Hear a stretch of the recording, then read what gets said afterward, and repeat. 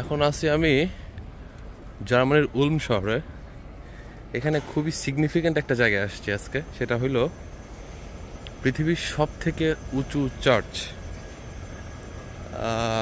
Basically এটা Gothic আর্কিটেকচারে বানানো একটা চার্চ। আপনাদের একটু দেখাই, জানি না এটা বোঝা যাবে কিনা এটা কত উঁচু। এইটা হচ্ছে ওয়ার্ল্ডের টলেস্ট চার্চ।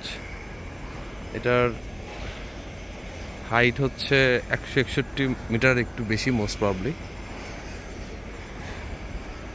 উপরে যাওয়া যায়, উপরে গেলে অনেক সুন্দর ভিউ নাকি পাওয়া যায়, বাট আজকে পসিবল না।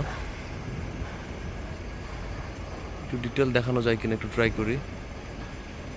এই চার্চের হিস্ট্রি বলতে আসলে অনেক লম্বা হিস্ট্রি আছে। এটা প্রায় 1300 সালের দিকে, 1300 সালের পরে বানানো মোস্ট প্রবাবলি বানানো শুরু হয়।